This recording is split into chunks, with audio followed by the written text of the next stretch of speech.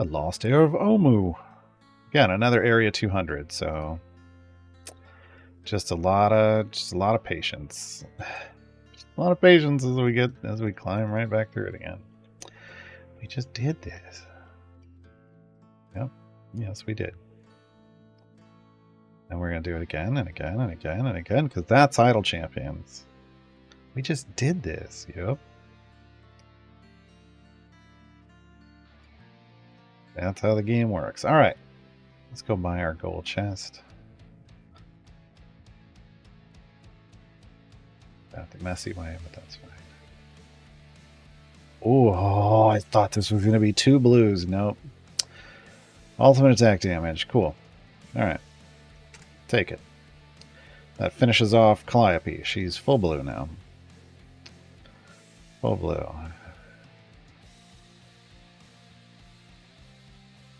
Sounds like the restriction could be a changeable one. Sure, but it's still... It's still a well... Crap. Hold on. What has he specifically said? He has said that the patron would have a rotating pool of champions that qualify. That's what they've said. That's what they've said publicly. I gotta be specific because I know the information. That's what they've said publicly.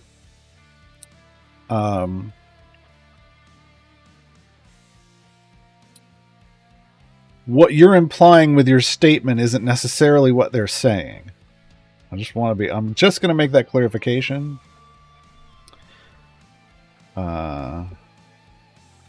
So what you're getting is they will have a restriction and you will have a rotating pool of champions. Now, how often does it rotate? They have not said. They've just said it's a rotating pool of champions.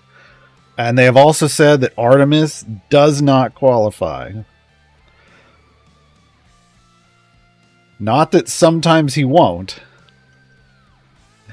but that Artemis does not qualify. So there's something about the restriction that it's definitely going to keep certain champions out and allow other champions to be in, and yeah. I'm looking forward to it.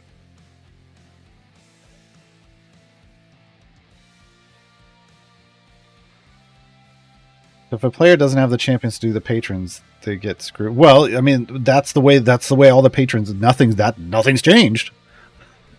Nothing's changed. That's the way patrons have always worked. That's the whole point of the patron system. To me, is part of the mid game. You may start unlocking it kind of when you're in the early game, but it's a mid game thing because you have to have part of progressing through the mid game is collecting the champions you need to do patron content. So yeah. Is there any reason to wait for the time gate level goals to go back to the smallest level if your account power is okay to manage? You don't have to wait. I mean, if you want to do that champion over and over again, you can. But usually, what's best is if you find like a pool of 3 champions that you want to gear up, and then rotate through them, because that will bring it back. It goes up 50 levels every time you pick it, and every time you don't pick it, it goes down 25. So, yeah. Hey, Lydia. What feats that can be bought for gems are great for speed? The ones on speed champions that actively affect their speed ability. That's it. You just have to look at each speed champion and see, do they have a feat that affects their speed ability, and is it for gems or out of gold chests, or from somewhere else? I don't know. I don't have that list off the top of my head. Actually, it might be in my Speed Champions 101 guide. You might go check there. Well, it'll at least say if they have a feat. I don't know if it'll say where it's from. I think I put that in there. I bet that rotation will clash with other patron party challenges. Oh, I don't know that it...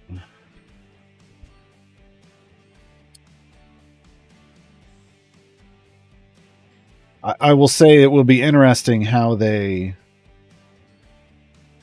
I will be interested to see how they do patron challenges for a patron whose group isn't fixed. I will say that.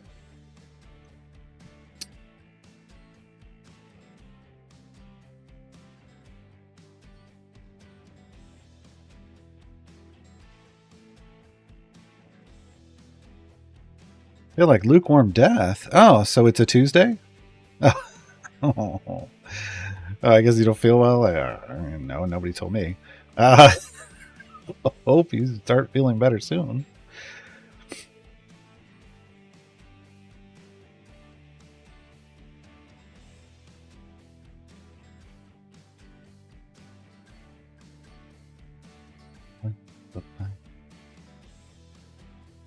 I did put the feats in there? Okay. Yeah. I don't think I noted if they were like gem feats or gold feet or gold chest feats or something. Just that a feat existed, so you know to look for it. So you know to look for it.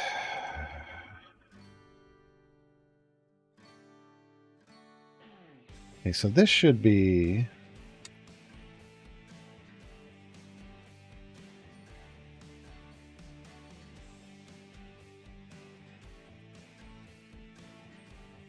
When we complete this, we'll have completed 8 adventures in Tomb. This still doesn't do anything, but you don't have a tracker. We still haven't unlocked the tracker yet. I brought that up. I'm like, did you guys know? Did you know that you can track stuff in the collections list before you ever have a tracker, and that doesn't make the tracker show up? Did you know there's no way to hit the hotkey for a new game player to pull a tracker up? They're like, what? Whoa, I gotta look into that.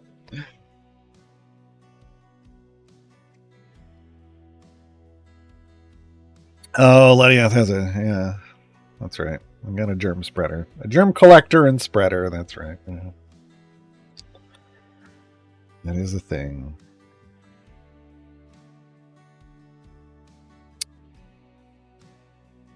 It's the feats on the champions, or it fails the variant again. I don't know that that's.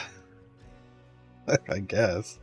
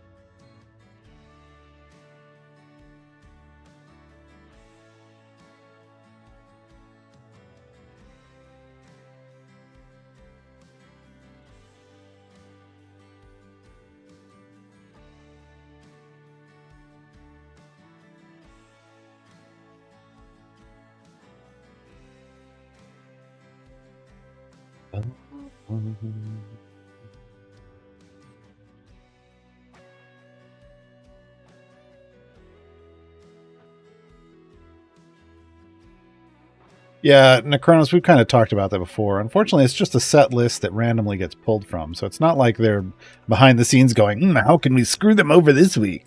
What they need to do is create different sets for each patron that don't overlap. In terms of the event champion groups, you can't fix overlaps in core champions. It's just going to happen. So if you haven't gotten to a, but the thing is it should never, if you own, the other champions that they would have, it needs to always default to the event champions, and only show core champions if that's basically all you have available.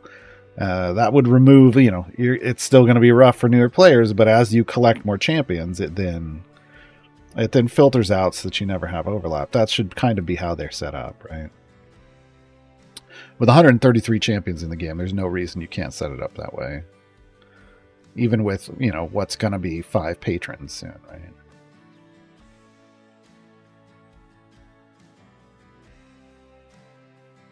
Almost done with 2 weeks worth of gem farming. On 8 gem, nice. Yeah, 8 jump. Excuse me.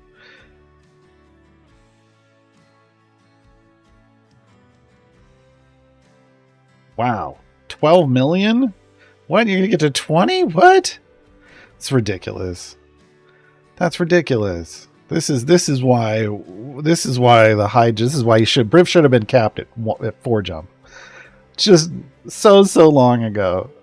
It's just ridiculous. I mean, I'm happy if I get like 1.5 million in between events. And you're going to be sitting at 12 to 20. Like, come on.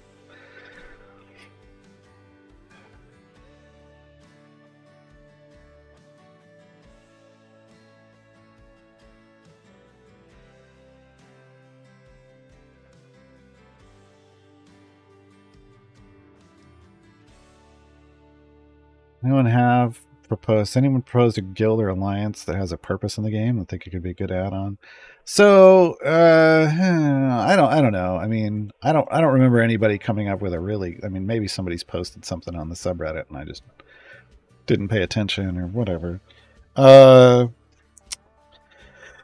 problem I have with adding like some kind of grouping thing for people in game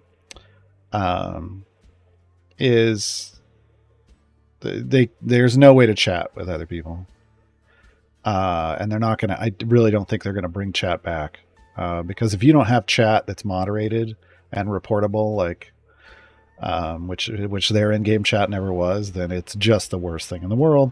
Which is why this button over here now says "Join the Adult Champions Discord" when that used to be an in-game chat. And we don't even have an in-game trials chat, right? They just don't have the ability to moderate and maintain a live chat. So if you were to do some kind of permanent guild or something system, whatever you called it, clans, alliances, guilds, whatever, like you couldn't provide chat. Like they probably wouldn't provide chat, and you'd have to organize that outside of the thing. You need to be able to do like, you need whoever the leader is to be able to put a note in that directs people to somewhere that they can chat outside of the game. And then what do you use that for? There isn't any content in the game that you would use that for. I mean, because you wouldn't have an in-game chat, you can't use it to organize trials, right? Oh, we looted a gold chest, folks. So you couldn't use it to organize trials because there's no chat.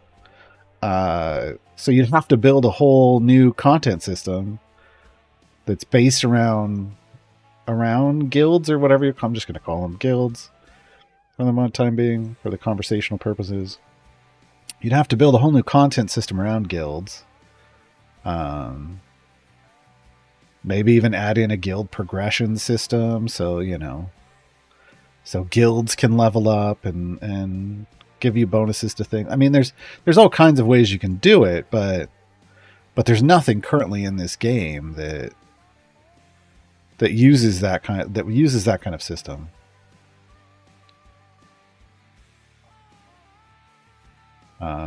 It could be interesting because you could have we have a clan in raid, right?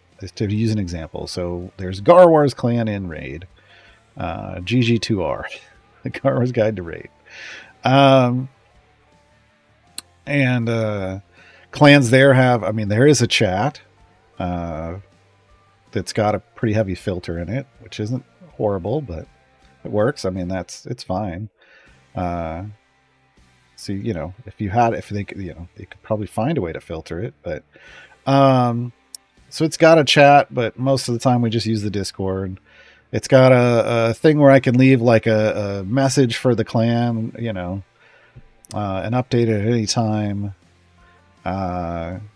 It's got a clan shop that as you level your clan, because your clan can level up, you get access to other things you could buy on a weekly basis, not unlike a patron shop, which is kind of neat.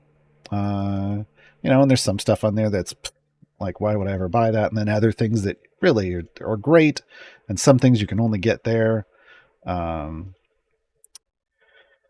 There's some bonuses to do it, to being like, as you level up the guild, there's other bonuses that give you, and there's clan based content. Like, there's literally the clan boss and the Hydra. It's the Demon Lord and the Hydra. They just call one clan boss and the other Hydra, that you can't do if you're not in a clan, and they give like good gear. So there's, I mean, you have to have, the game has to support it in more than just, oh, hey, you can group up with friends now. Like, because currently the game doesn't need that. So they would have to I feel like they'd have to come up with a system, a content-based system that's going to build, that's going to offer something that's only available to clans, and then build the clan system alongside of it. And that's a lot. Like, it's a lot to do all at once, right? And then people who play this game solo are going to be like, well, bleep, I don't play this game to play with other people, and they're going to get upset, right? Because people got upset. There are people that got upset when Trials came out. I don't want to play with other people. That's why I'm playing an idle game. You're not talking to them. You're literally not talking to them. But, yeah.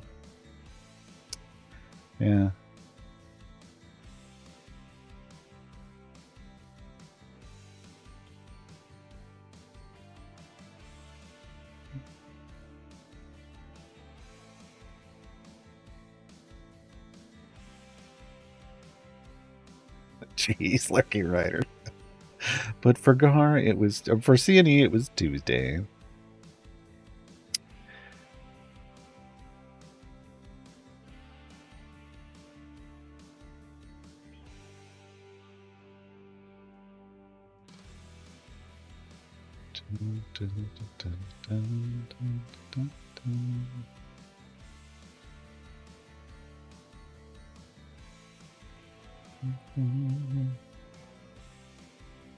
So yeah, I don't know. I mean, there could be an interesting thing based around guilds or factions, or there's something in this game, because Dungeons and Dragons has things like that. Or at least, in the realms, the Forgotten Realms, there are things. But how would you do it? Do you have just a player that's a guild leader, or do you create a faction system, and you're just joining a faction? Like, you're going to align yourself with the Red Wizards of Thay, or with the Masked Lords of Waterdeep, or, I mean, that could be another way to approach it. And you're just kind of, sure, you're joining with other people, but not necessarily the same way. That could be a thing. There's a lot of different, ultimately whatever they come up with has to get approved by Wizards of the Coast. So it's got to be something that feels D&D, right?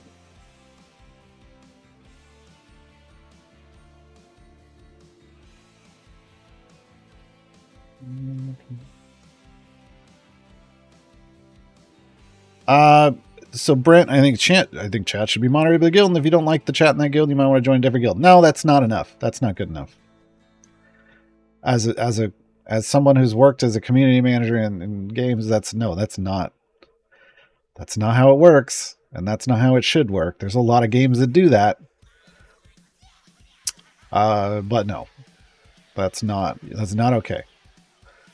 There has to be an overall minimum level of responsibility from the game developer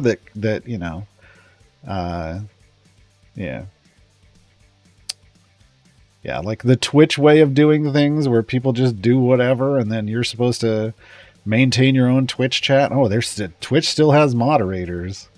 They're not sitting in your chat, but you can report something to Twitch too. And I mean, but yeah, that's why Twitch has an auto mod. But the way they do it, I mean, look, Twitch is a good example of why you don't do things that way. It can get real bad.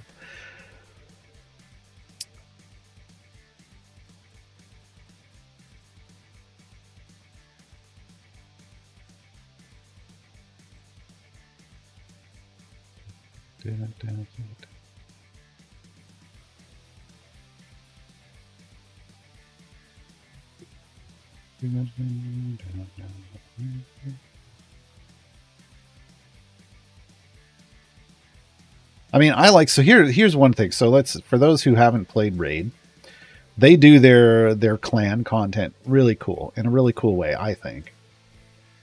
And that's that, everybody that has unlocked it can try it. Everybody contributes. The enemy you're fighting has an amount of health or whatever. Like for clan boss, there's a total health bar that they have. It's much like, honestly, it's a lot like Trials of Mount Tiamat. And you go in and do your run and try to contribute as much as possible. And you get a certain number. Like it resets daily. The clan boss resets every day. So you go in and get a certain number of keys to attempt it.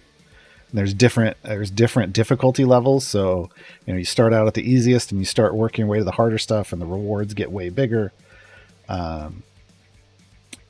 It's neat because people just contribute what they can contribute. There are goals for your individual contribution. There's different tiers of rewards, even in each tier of boss. And then if you kill the boss every day, double rewards for everybody that met the minimum contribution level. But then even if people don't meet the minimum contribution level because they're still working on building up their parties and stuff, they're still contributing to the overall success of the guild.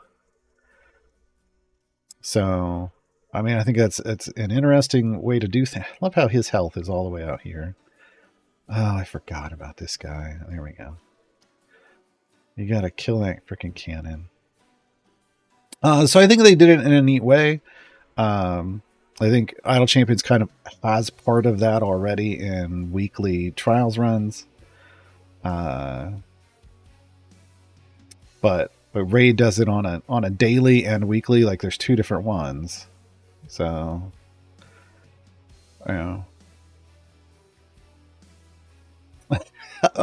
align yourself with Alabaster Booty Clap. Yes. That would need to be one of the Harpers, Forest Gray, Alabaster Booty Clap.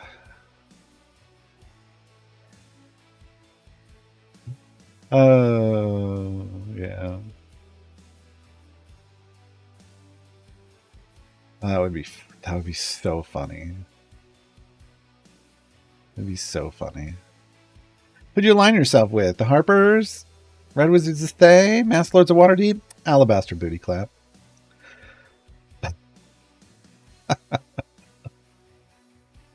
Alabaster Booty Clap. Alright, we got a gold chest to open here in a second. We'll do it when we get back from the ad break. Oh, man.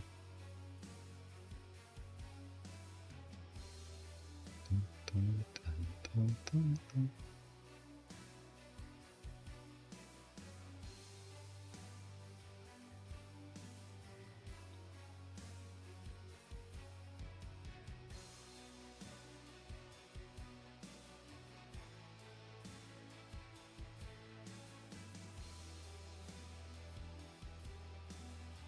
Okay, and I think we're back from ads.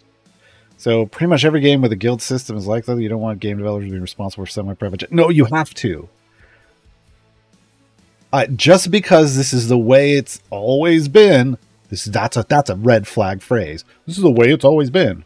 A huge red flag, right there. Just because it's the way something's always been doesn't mean it was being done the right way. It means they just didn't want to do it any other way. It means the devs, the studio didn't want to invest in making sure that their game wasn't a toxic shithole of an environment. And I've been there.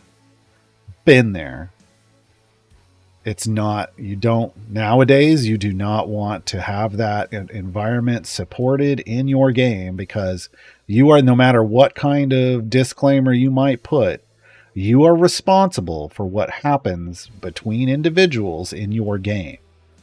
I don't care what kind of legal mumbo jumbo your lawyers come up with. Your game, your responsibility. Just like on Discord, your community, your responsibility. If it's your subreddit, your community, your responsibility. This Twitch chat, my community, my responsibility. Period.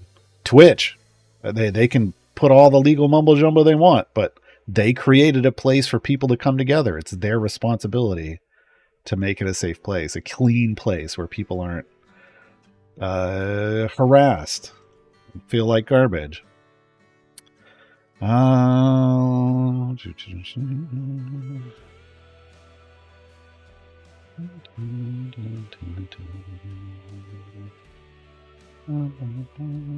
mean, let's hope the trials rework is interesting. I mean, I think it's just streamlining what we already have. I don't think it's going to be changing. Like, I think what they've talked about, so what Justin's talked about so far is getting rid of the assault party, getting rid of Bahamut chests, and thus the blood vials. Like, the kind of getting rid of the needless kind of problematic stuff, and just getting to the point where, hey, you're going and you're defeating Tiamat every week. I really think that's really just, I think it's just a bit of a streamlining, but I could be wrong. You know, the bigger change I'd like to see is in the Forge, right? Just to make like reforging better, you know, continue to improve upon the UI and stuff. You know.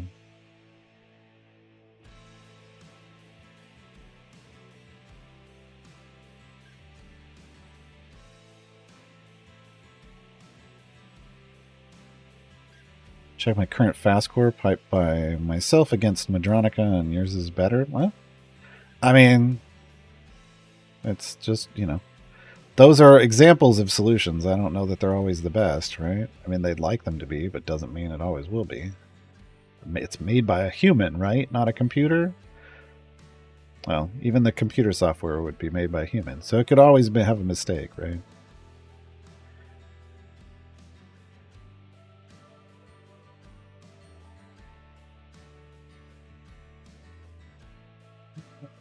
Hail, hydrate. Chat banned you a few times in WoW. So in other words, what you're saying is you've gotten yourself banned from chat a few times in WoW. That's, you're talking to a community manager. No empathy here. You get yourself banned. You know, the game is just holding you accountable for your own actions.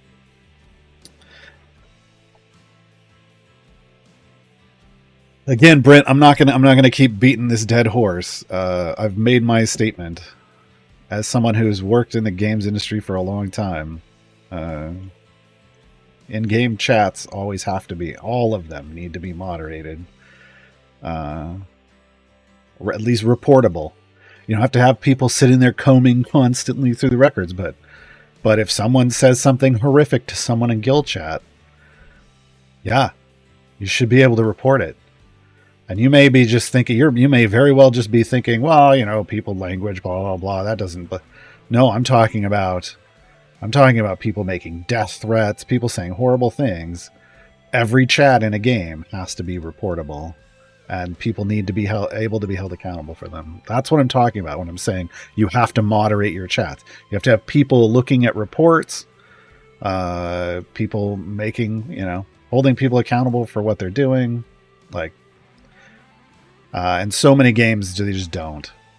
They just don't. Like I say, Raid, I don't think there's a way to report anyone, which bothers the hell out of me, but I would just kick anybody for, as the guild leader, I just kick someone out if they say something unacceptable. But that's the only recourse that Raid has given me. They do have a hefty filter preventing you from saying lots of things. I've never tried to see exactly how far that filter goes. Yeah. Personally like Assault Party stuff. Well, people like the bonuses from Assault Party, Lediath, but nobody likes sending a champion away for a week. So I don't think there's anybody that's like, yay, I lose a champion for a week. People like the bonuses. I don't think the bonuses are necessary, honestly. I know that's going to upset people if those extra scales and extra Assault Party DPS go away, but But maybe they could introduce that in another way that doesn't require you losing access to a champion for an entire week. Because some people it does take all 7 days, right?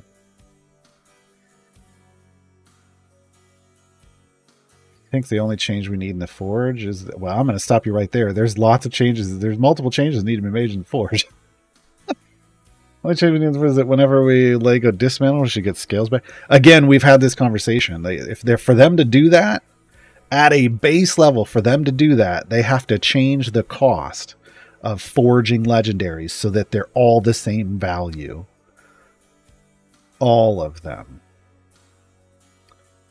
Because otherwise that's an exploitable system.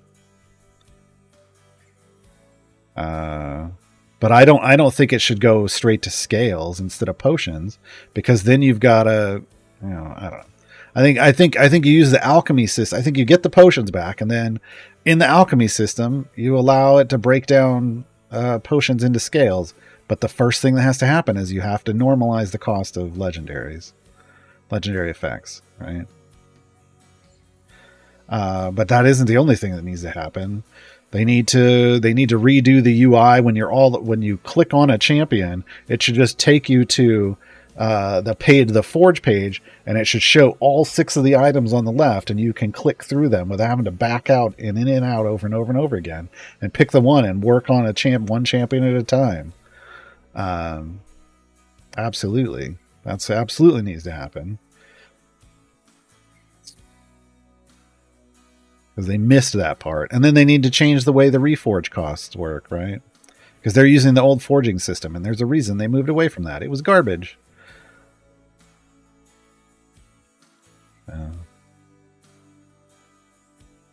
And you haven't been banned from CNE a couple times. You've been suspended. I hate when people use even CNE probably uses the word banned, and a lot of places, a lot of games too use the word banned. We gave you a temporary ban. No, you didn't. You gave me a suspension. Banning is permanent. I hate companies that think that a ban is just a thing that you can come back. No. A ban means you crossed every line and you're done. That's the whole difference between a ban and a suspension. In-game chat, what else? I mean, they have to change the age restriction in the game? Well, I don't know, because the game came out with an in-game chat, so I think it's already there.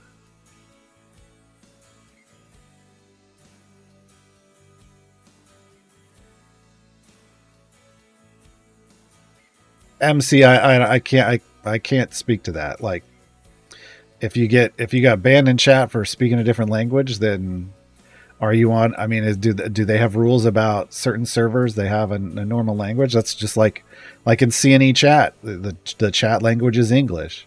And it's because they can't hire enough people to moderate live all potential languages at once. So, yeah.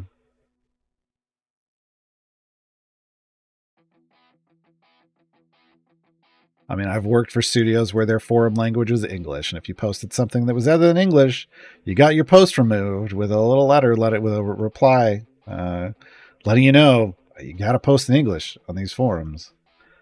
We don't have multi-language support for our forums. It's not that you did like anything horrible. It's just that, well, that's just that they don't have the staff to support that.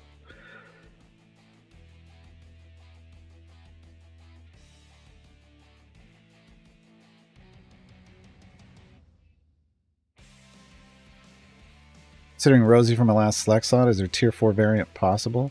I mean, do you have Strix? The answer is, as long as you have Strix, you can do Rosie's stuff.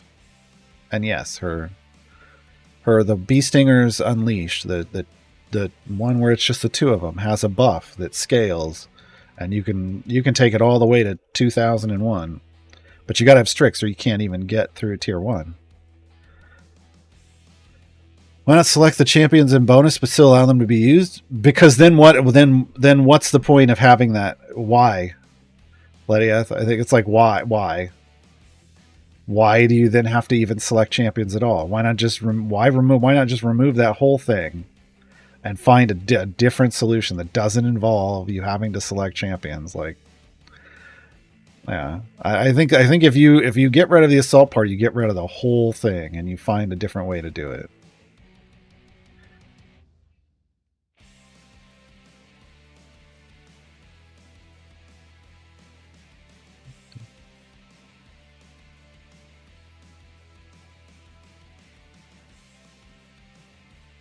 Regarding the forge, isn't that already the case to normalize all the costs besides reforging? No. No. It's like 500 to forge the first item on a champion. Then the second item on the champion costs 600. And then the third costs 700. And then the fourth costs 800. And then the fifth costs 900. And the sixth costs 1,000. That's not normalized. Because what happens is all of those, all 6 of those, at different costs, are still a level 1 legendary with no differentiation that we're aware of on the back end. So if you were to turn those into scales, at what value of scales do you turn them into? It would have to be at 100 or at 500, right? The lowest value. Because otherwise, you're turning 5. You could just put 500 cost legendaries across as many champions that don't have any, pull them off with a dismantle, turn them into 1,000 scales if you went with the high end, right? Like, you need to find a middle ground that is just, this is the cost for every legendary you put on a champion. And they can't tell people it's coming. They just have to do it. They just have to do it, because if you tell people it's coming, they'll try to manipulate it, right? Yeah.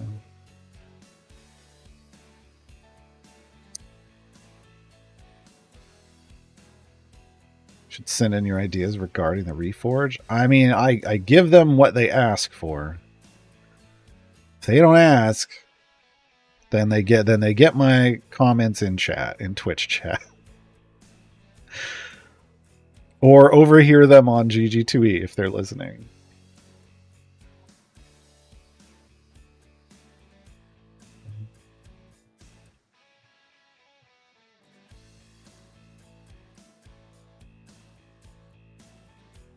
I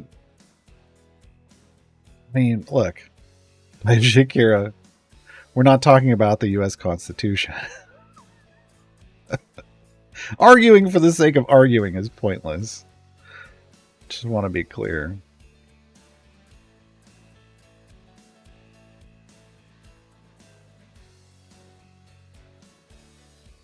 MC, I honestly, look, just because you've had bad experiences with moderation in other games doesn't mean it's relevant to this conversation.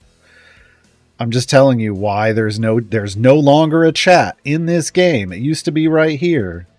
You used to click that button and it was an in-game chat. It's gone because they didn't have a way to moderate it, and everybody complained because it was a cesspool at times.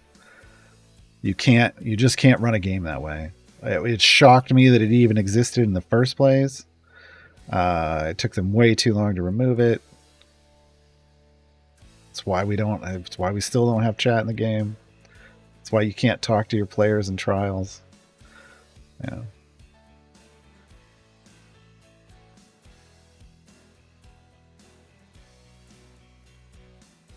Bricks and Rosie without epics could reach that far? Oh, possibly. I haven't done it yet. I can't do it on this account because I don't have Strix. So I can't even do the third variant. Like, if you don't have Strix, you can't even do the third variant, even in tier 1. So you can't even move to tier 2. You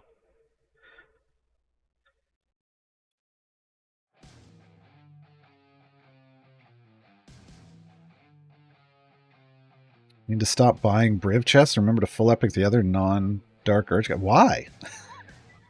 Why? Just put it all on Briv.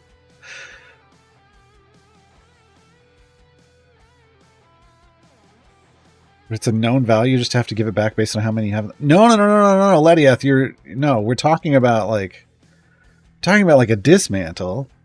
It isn't a known value. I don't think it's stored anywhere. So if you legendary dismantle a champion, you're trying to talk about like if a dismantle immediately turns into scales. But a dismantle is a full dismantle. Like a legendary dismantle pulls all of it off at once. It could be a total number of scales, but the way it currently works, which is all we can really talk, which is what we're talking about. I was saying, pull the scales off. You have the other system. The alchemy system is better because they're rewarding us things like potions. So you want to be able to turn those into scales too. It needs to be normalized because they all, in a legend dismantle, everything comes off. Otherwise, you're saying you'd have to change legendary the way legendary dismantles work completely as well. So, I don't know. And that's beyond the scope of what we were talking about. We're talking about how do they change the forge and trials. Legendary dismantle is a separate thing. I don't know. I'm just saying you have to make sure you're changing one in a way that the other doesn't exploit it.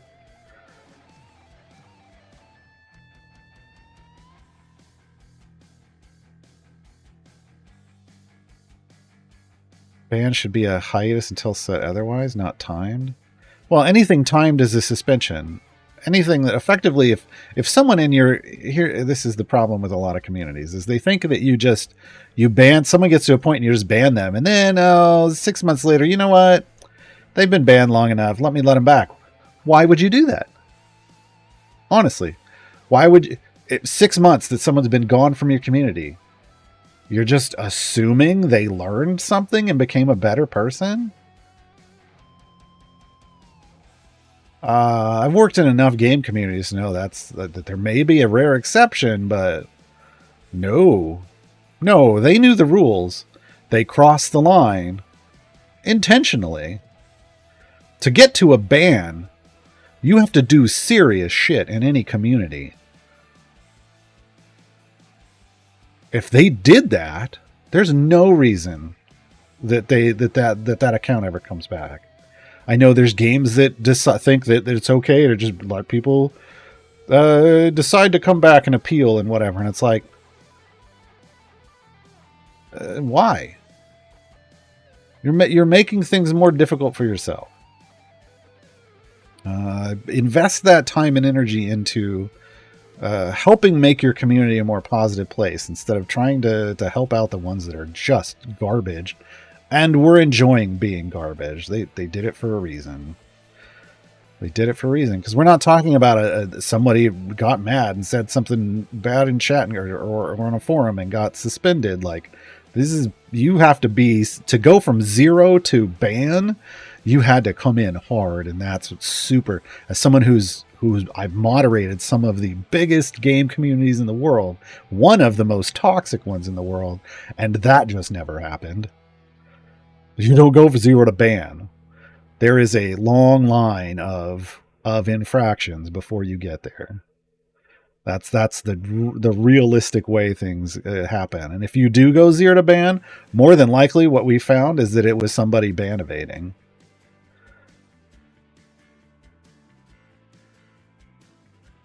And when the studios were like, well, we just want to wipe all the bans and let people come back and start from scratch, it was like, well, I'm out.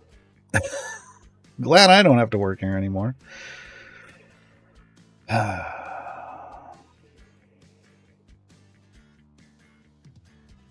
don't know the cannon. Let's cannonballs. Fighting cannons with cannonballs. That's how we do it around here. There we go. Right. That cannon just wipes out Annihilate every time, which has no health. Yeah, don't even get me started on games with voice chat. I do not turn those on. Oh my god. Oh my god. I don't understand. To this day, I don't understand why that was like, oh yeah, we'll put voice chat in the game, but it's not moderated, so good luck. Nope. Why is there even a variant where you have to have a different event champion unlocked to get it done? That's just bad design. It wasn't, though. It was fantastic. What you're losing here, MC, is perspective. You're seeing it from year 7. Whereas it happened in year 2. And in year 2, they had no idea. They didn't even know if they were going to get through year 3, right? You're making a game, and it was a neat idea because Strix was the year 1 champion. So year 2, they bring in Rosie. When the event arrived, you unlocked both champions. And they did there's a unique dialogue. It's a really neat adventure. Read the dialogue. They gave them both costumes. Like, it was neat. The problem comes when after year 3, Strix isn't available anymore. Like year 4 and beyond, and in a time gate, the Strix isn't available. They didn't come up with a solution for that. That's the problem. Back when they didn't think we need some way for people to do this. When Strix isn't, if you don't have Strix, and that's the problem. That's a thing where they went, well, that's a future CNE problem, and then they never addressed it. Still to this day, which shocks me because I thought they had. I guess I had a fever dream where they loaned you a champion, but that's not what happened.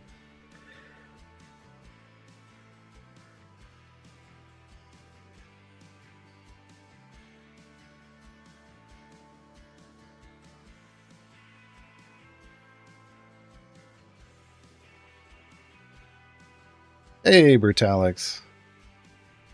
I mean, I guess there were people that enjoyed the old Gen Game chat, but all I heard were horror stories.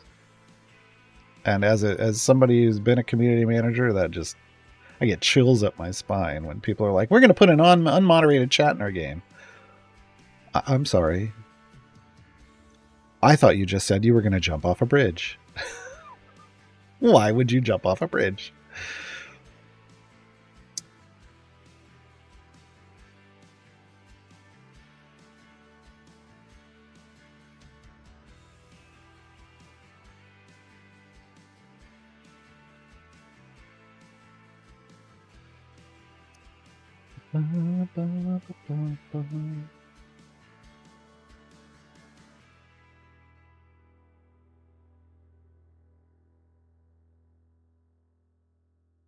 I'd be pissed if I time gated Rosie and got the Strix variant and couldn't do it. Yeah, exactly. That's why I don't understand how this never got addressed earlier. Except I also understand how this didn't get addressed earlier, because who in their right mind would time gate Rosie? Right? But it's clearly been a problem. Somebody's had to have done it over the years, but they never fixed it. Yeah, I'm just upset that they never fixed it at that point. So you time gated Rosie for Split the Party 1? Yeah, well, then apparently you did, and you just got lucky. You got a 1 in 3 roll, and you got lucky.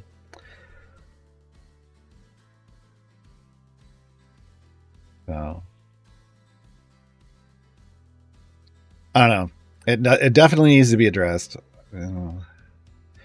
It's one of those things where you can tell they don't. It just feels like they really don't think about like all the ways things could go wrong, and they're really not thinking about that. Like when I've talked to Pete, it's like, well, when I'm sitting down, I'm trying to come up with cool ideas. I'm not, and then worrying about, can we even do this cool idea? Not how are players gonna like break this cool idea, and how does the current stuff in the game not work with this cool idea? Like, because their job is just to create the thing, and then it's supposed to go through other people, and it just apparently never hits somebody that's like, oh, that's going to be a problem. That never does that. That was one of the neat things, I will say, a long time ago in a galaxy far, far away.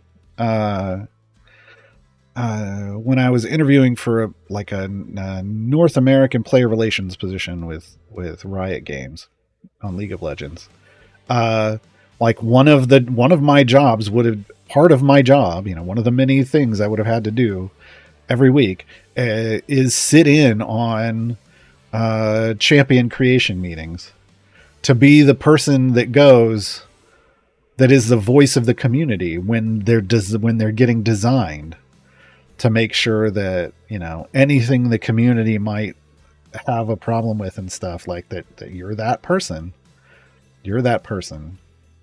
But that's only at bigger game studios. You can't always be in the room at smaller game studios, but you got to find some way to have that pass happen, or else you end up with stuff like this, right? Like the first time there was a problem with an uncapped speed item in the game. A, shouldn't have gotten addressed pretty quickly, and B, never should have been another uncapped one ever again from that point on, right? You identify the problem and you make sure that problem never happens again.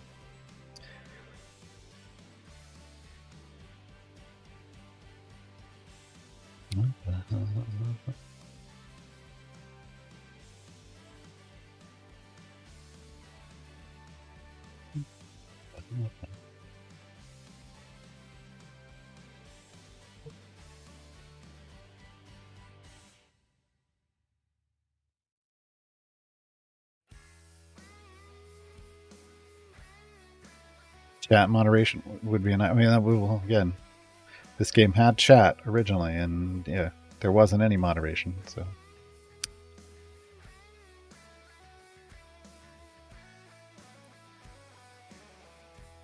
But yeah, I mean, like I said, I'll say this, even it has to be in the design and development process, like early on. It can't be late, because later on, then it's like, well, it's already in the game, and we'll deal with it. Like, we got other priorities on our plate now, like because it took a while to get, and it took work to get that in. So you got to kind of find it early on before a lot of the work gets done.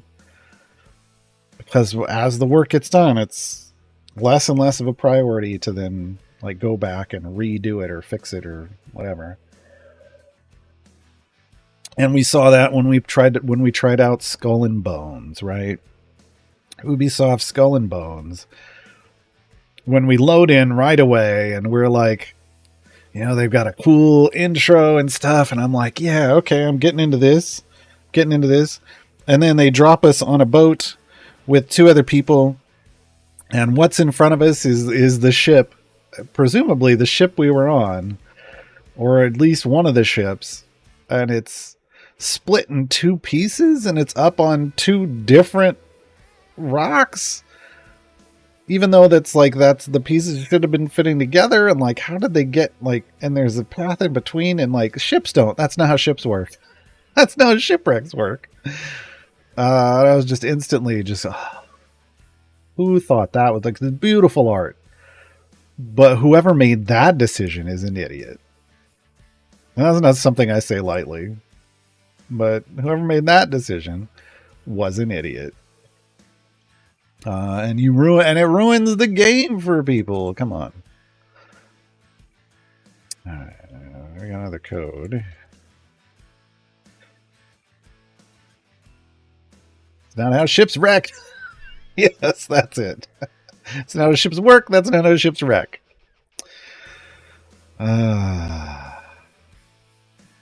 OMC, there's lots of things wrong with Skull and Bones. You just forgive them their problems, and that's fine. I don't have a problem with people enjoying video games or movies or books and suspending their disbelief.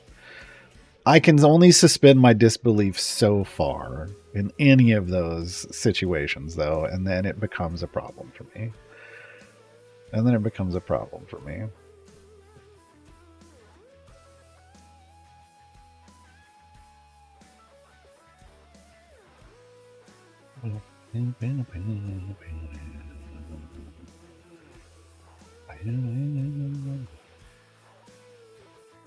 Theft, not how ships work.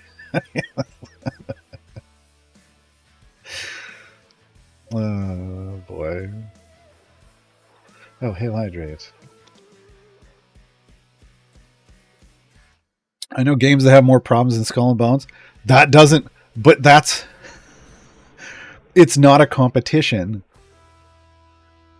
Why do you think it's a competition? Like, it's not a competition. But just because there's other games that have more problems doesn't mean that the game doesn't have problems. I mean, you went from saying nothing's wrong with it to saying I know games that have more problems than it. That's not the same. This isn't a binary situation. Like I said, I liked the art overall. Like, obviously, some of the decisions about where that art got put is absolute hot garbage. I like the sea shanties. I like some of the questing.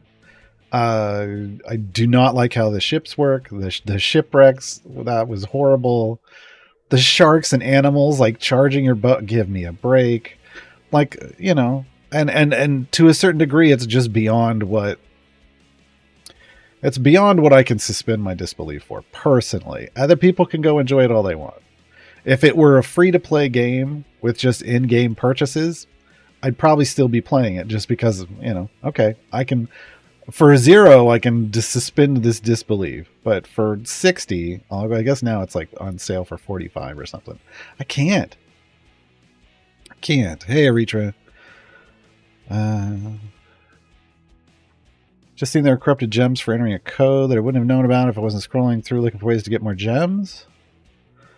There are challenges. I'm like, so it's all part of this. It's all part of your guide and collection quests, right? So you need to like hit C, click in this, and then look to see what things you could complete in terms of that are incomplete to get yourself some more corrupted gems. That's all part of the new collection system.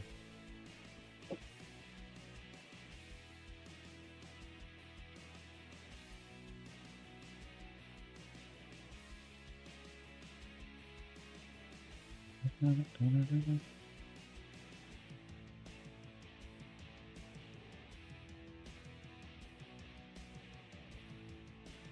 think I've hit all the easy ones. Yeah, probably. But yeah, one of those was, you know, enter in a code. It's just to teach you how the cryptex works.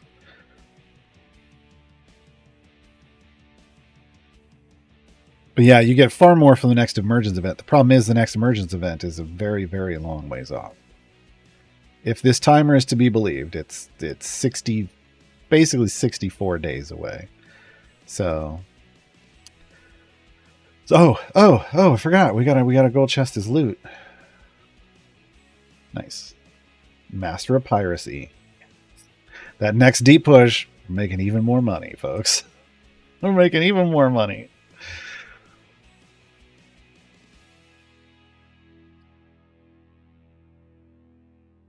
I mean, I think I should have expanded gameplay from Assassin's Creed Black Flag.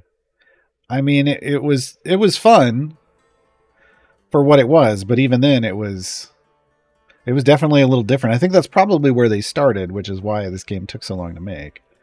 And then realized it wasn't really going to work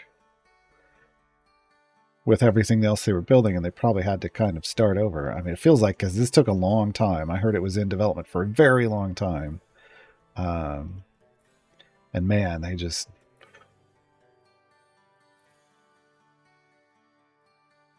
Yeah, whoever management is there that was making the high-level decisions about gameplay is... you know, or pressuring the gameplay systems. I don't know.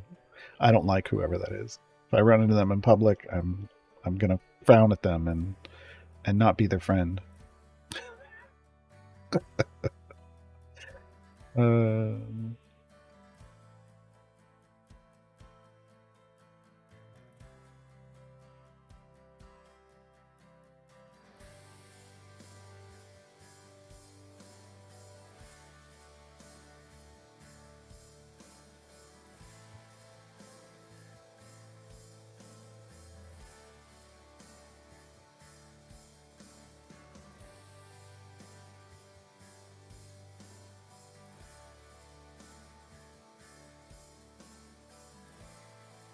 But there are definitely parts of like Skull and Bones that I just suspend my disbelief. Like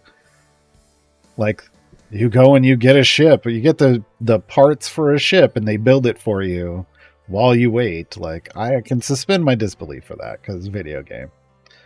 Or hey, you just went from a small ship to a big ship, but you didn't have to go recruit more crew members. They just happened automatically. Like, suspension of disbelief, right? It's totally fine. But hey, a ship can cruise across the water and jump off of waves and take hard corners, and then you can aim your cannons in like wild directions, and I'm just... That's why we call it Grand Theft Auto, because you're basically, it's that and the spawning system for enemies, like Infamy or whatever the hell it is. It's basically just the stars from Grand Theft Auto. I was like, oh god, that's not how ships work.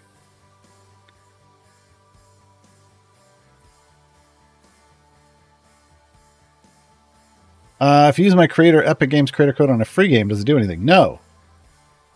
I mean, it flags that you used it, and it should keep it in the system. I think it, I don't know. I just say put it in every time, just in case. But some people are like, well, once you use it once, it stays for a while. But I don't know that that's true. But no, because there's, 5% of 0 is 0, right?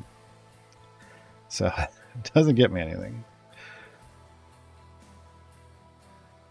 Or wants a Pirate Sims game. Well, I mean, I had one once. Well, I still have it now. It's old.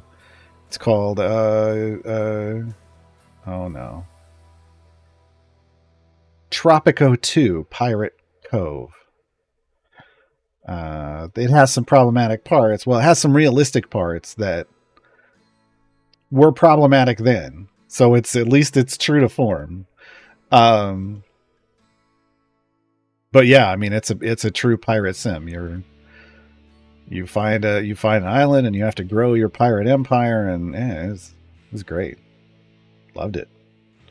It skips some things, but even it skips some things. But at least you have to you've got to get your resources, and you got to get crew from somewhere. And if you want to build another ship, it's going to take a while, and you got to get more crew, and you got to get them from somewhere. Where are you going to get them? Oh, I don't know. Press gang them. That's what you got to do. And they're not going to be happy about it, and you got to deal with their happiness or dishappiness, and yeah. So it was good. It was good. I've also played that one. You send a ship off. You don't have to deal with the combat. It just comes back later with stuff, or not. It could sink. But I played Pirates of the Burning Sea, which had actual combat. Ship combat, best ship combat. Best combat system, PvP combat system I've ever played in any game. Also the best ship combat system that I've ever seen. There was still some, hand waving for things, but it was far more realistic and far more enjoyable, even in that realism, than I just realized that's got to be up there. Than Skull and Bones even remotely gets close to.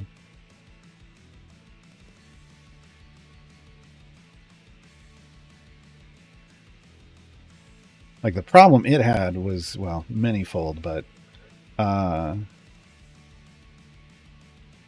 the big problem that game had was the end game was never defined for pirates. So when your end game is left undefined and you're basically playing spoiler on end game for all the other nations, then your job is basically to grief everyone. And guess what happens when you have an entire nation that exists to grief the other nations? You're going to do it. And if you're good at it, then all the people playing those other nations are going to quit the game, or at least quit that server. Because no one wants to deal with that. Yeah.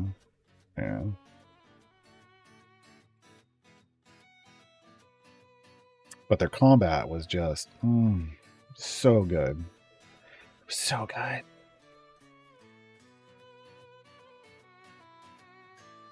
Mm-hmm.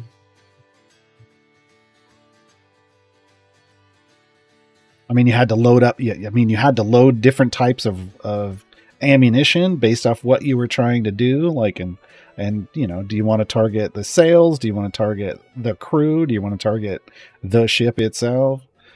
If you load up the wrong ammo as you're coming around, everything has a reload time, then you just got to purge it out and go through a reload timer again.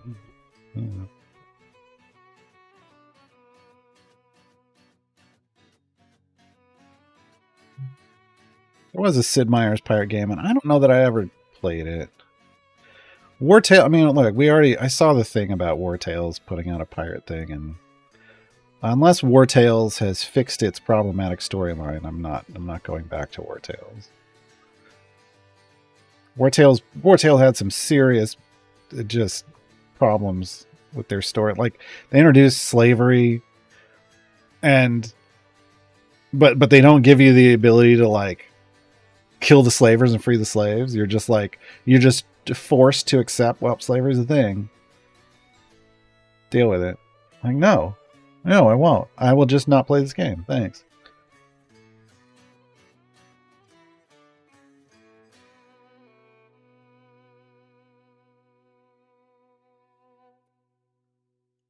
So, I tried to put up with that as long as possible, and I was like, this is just, no.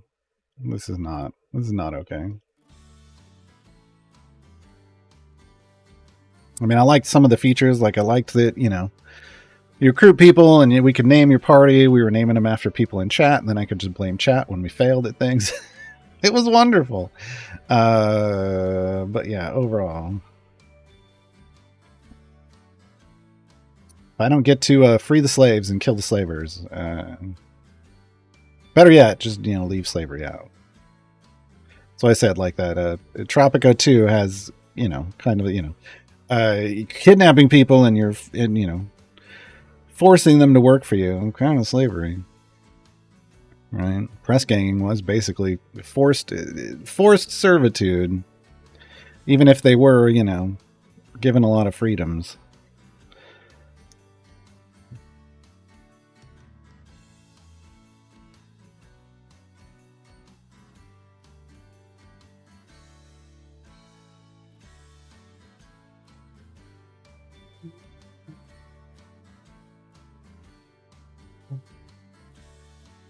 Yeah, Pillars of Eternity 2 Deadfire is a pirate element to it. Yeah, it was okay. It was okay. It wasn't, you got a ship, you're sailing around. But it definitely wasn't a pirate game.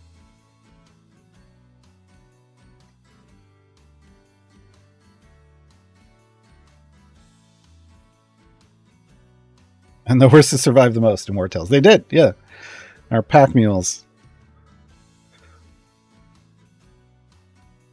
Wasn't Cafenia the first one and kept eating all the apples?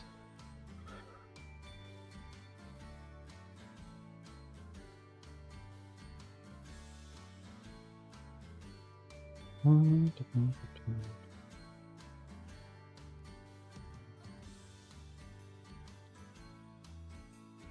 playing an old game called Oddworld Stranger's Wrath? Nope. Nope. Cafini, we're just talking about when you used to eat all the apples in War Tales. Yeah. Looked out for me, sure they didn't go bad. Mm-hmm. Yeah. Whatever you say.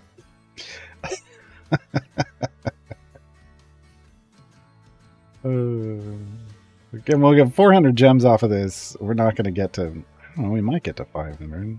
But we'll definitely have at least one gold chest on the next run.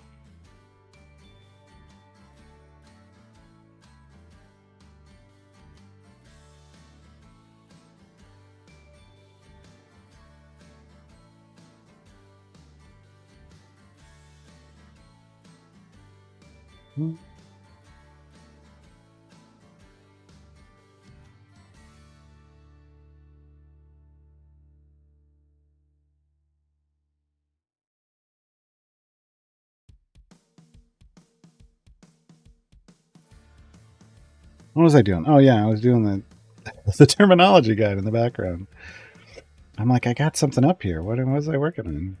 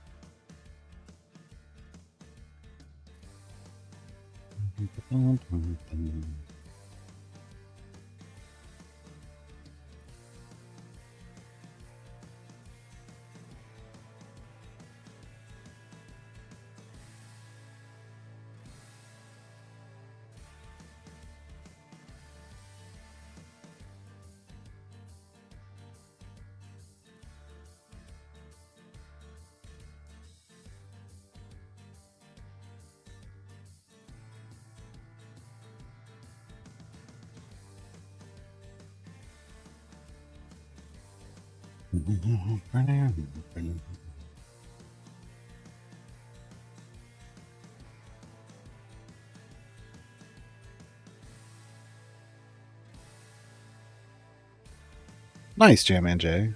Yeah, I don't think. Yeah, I don't think of the others. The tier threes. That's probably the harder of the tier 3 ones. I mean, to be well, I mean, the torch one with Dadius is you lose one more slot, but so that would technically be slightly harder in the tier 3s, but all the others should be fine.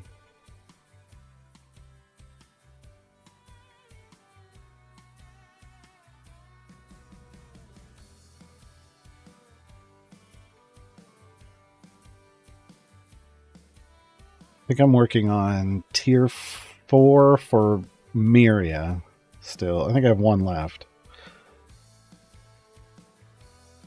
on my main account.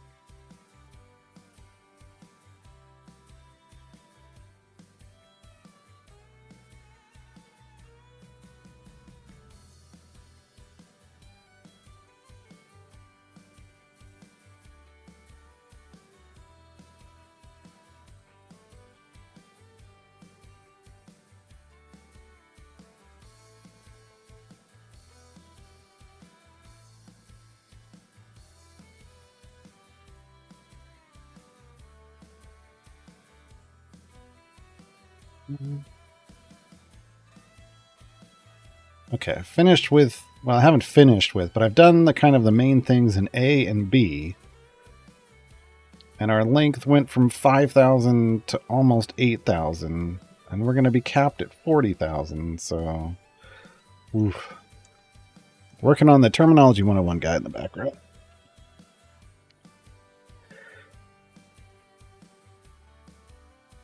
I think to get tier 4, well, I did tier, yeah, I got through all the tier 3s fine, but to get through tier 4 of that torch one, I was trying a bunch of different champions, and at some point while swapping them around, my bud broke, and because I had that that boon, vent boon, it had the fire breath, and it just flew me right through the rest of it with Bud's buggy. I was upset because I was like, I probably might have been able to figure this out. Didn't get to. Yeah, if you haven't used Desmond, at least for those ones with escorts, that's the big deal usually.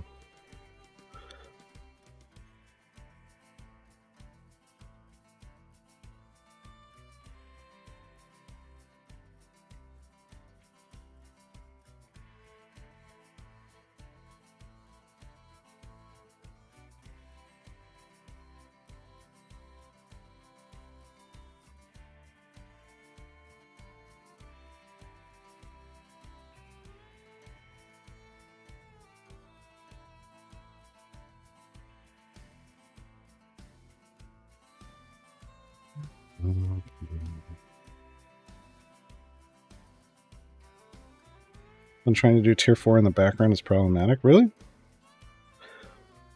Because I've done some of the tier 4 stuff with it offline, but that's the same thing as the background. So that's the same thing as the background.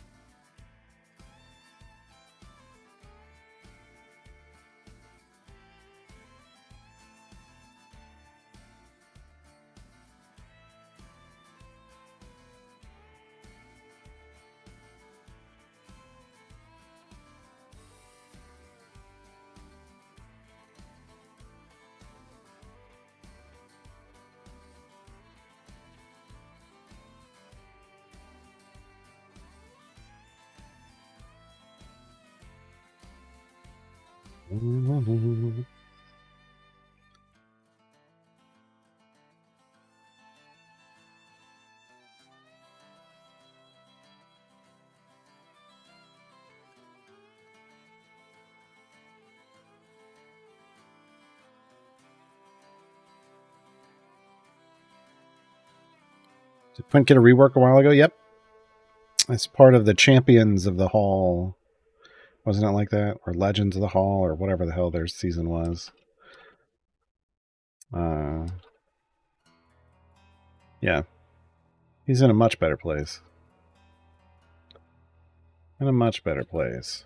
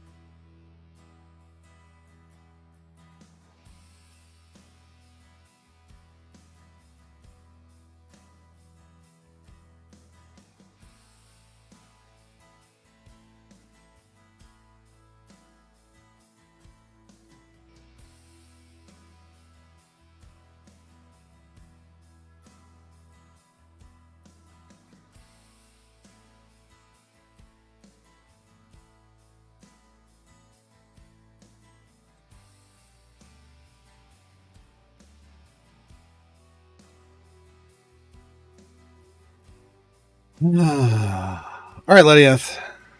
Yeah, gotta eat something and hydrate.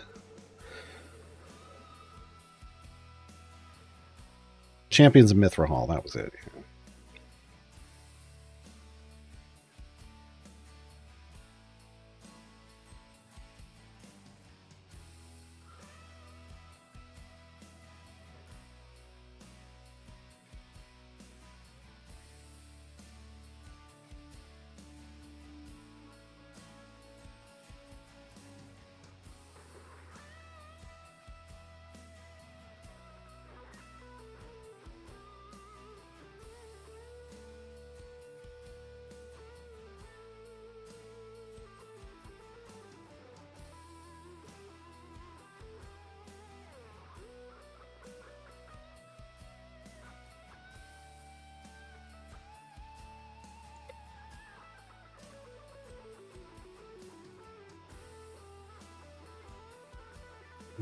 Ad break coming in a minute or so.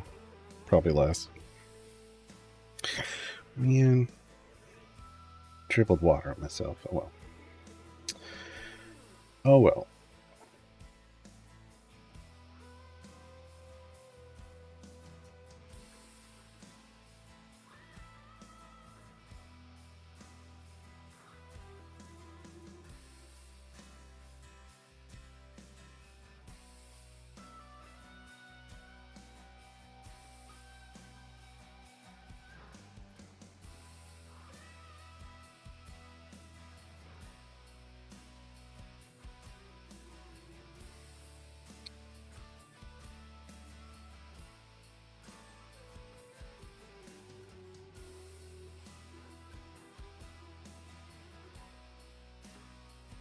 I mean, Shevik, do you have Strix?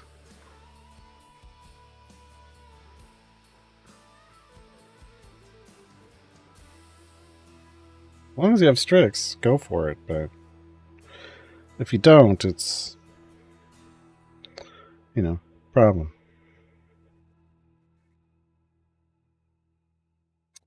Because you'll only be able to do her first two variants. You have all champs, okay.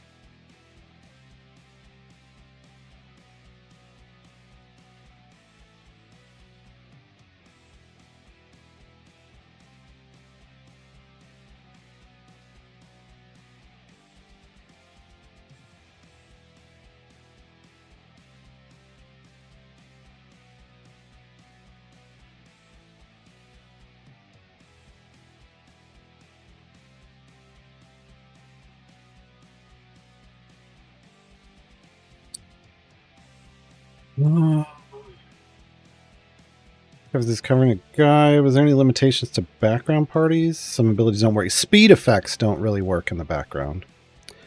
So I think the exception is Shandy and the speed potions, but any other speed effects do not work in the background. On this account, this is my brand new account, and I don't have a background party. I do not have 2 champions in every bench slot yet, which would then let me do split the party. So I am blocked.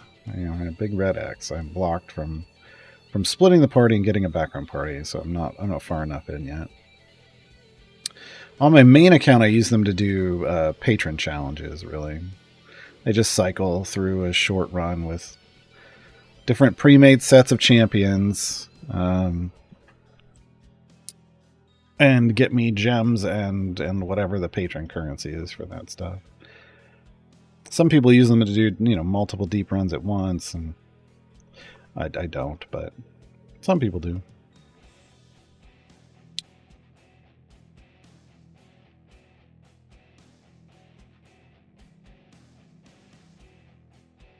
Do speed effects work when offline? Well, it's the same thing. Background progress and offline progress is the same thing. So they don't. Again, the speed potions would function. Shandy supposedly functions. People have tested her and they say she functions because she's basically a speed potion. But nothing else works. None of the other speed effects work. Except in your active party, the one you're visually looking at.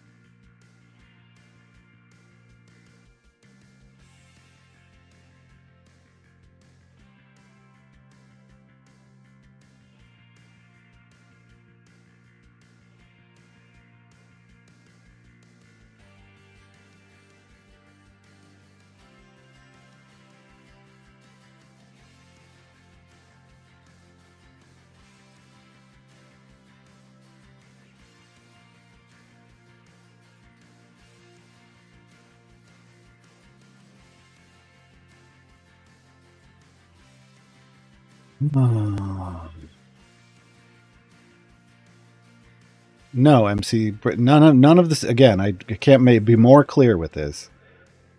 No speed effects work in the background except for things that function like a speed potion, which is just Shandy, or like there's one fast core node. All other speed effects do not work. Period. So you don't got to keep asking like, well, what about so and so's ability? No, like the only exception currently is Shandy.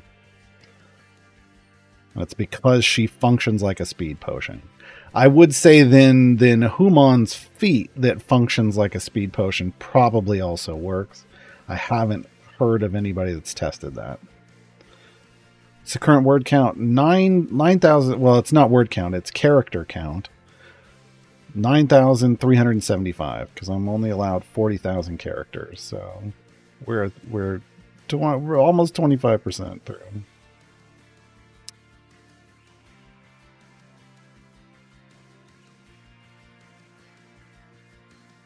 Yeah, Humon has like a baby speed potion feat.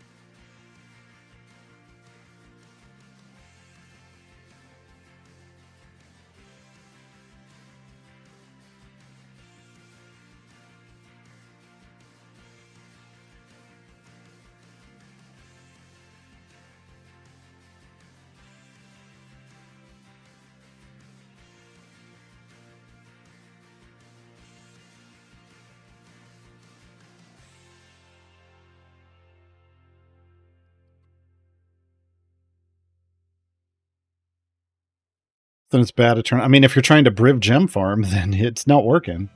If you turn the game off, it's only an active. That's why it's like Briv gem farm is only a PC only. It's pretty much PC only, because if you're trying to do it on a phone, you got to leave the app open. If you're trying to do it on your console, you got to leave the game open, which might be fine on consoles, but not necessarily. It depends on how you like to play the game. In those cases, you know, in those places, you just want to have regular gem farming, but you know.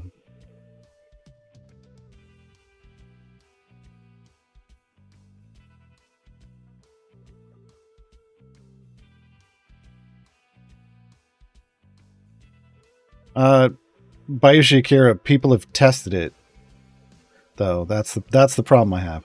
I was always under the impression that it didn't work offline because your party's supposed to be constantly taking damage. But people have put Shandy into tested what their progress is on a background party, then put Shandy in and seen the difference, which means it's working. So I don't know what to. I don't know. You know, enough people have told me that they've seen a difference when they've tested Shandy for me to think that it's working for her.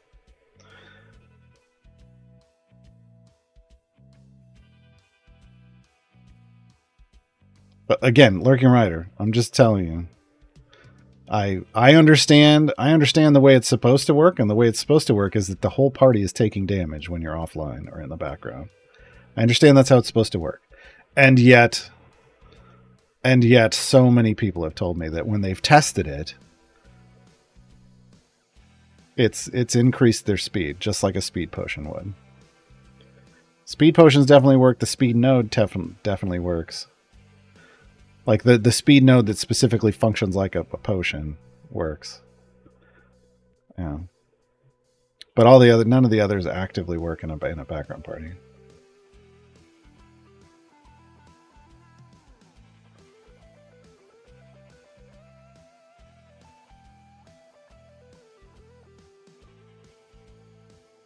Bayushi Kira, I have heard Justin say that it does work. So I don't, and I've heard Sean tell people that Shandy works. Sean was the big one that for a long time I was telling people Shandy does not work, and Sean was on his stream telling everybody that Shandy worked. So I don't. So at this point, I don't trust anything but people who have gone in and tested the game. So I don't know what to say. I was originally going by what we were originally told, and that was that in offline progress / background progress, it's the same thing. You're constantly taking damage, and Shandy's speed effect shouldn't come on if you're constantly taking damage. But yeah.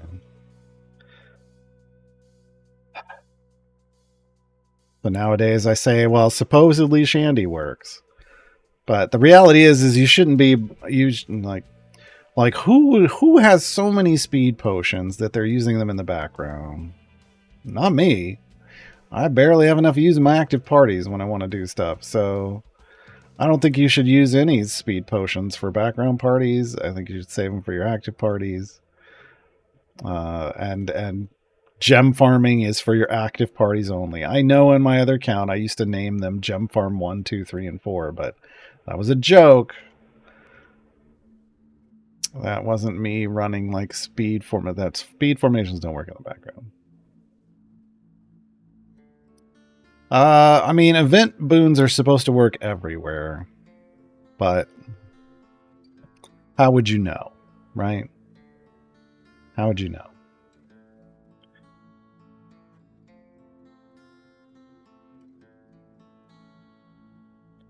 I don't know, Chromat. That's weird.